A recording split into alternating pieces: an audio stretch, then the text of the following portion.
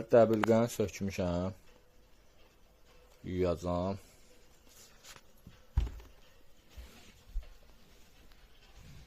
Soyuq suda, yəni isti su olmaz. İlıq suda, belə deyək, şampunu əlavə edirsiniz. Johnson's Baby uşaq şampunu olsa daha yaxşı olar. Çünki bu bir şampunlarda ximikat çoxdur deyə bu pedlərə zərər vurur.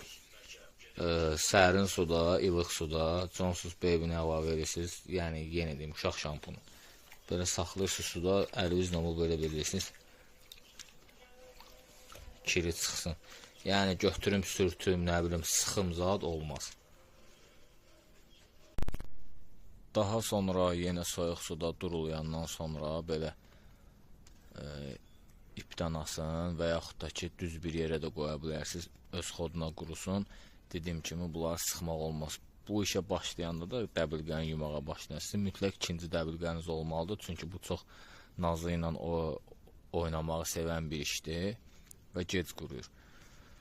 Gündüz vaxtı bunu eləsəz, gərək günəş işığı görməsin, günəş şüası həmin o istilik için nəmmi, bozardar, qızardar, didər, isti. Ona görə balkonda olsa, bağlı yerdə, hava isti olsun, amma bağlı yerdə, yəni qurusun öz xoduna.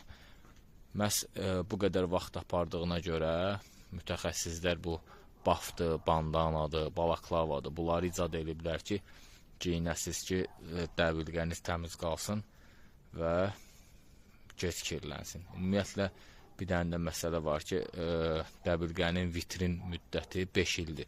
İstifadə elədin, eləmədin, 5 ildən sonra başlayır pedlər keyfiyyətini itirməyə.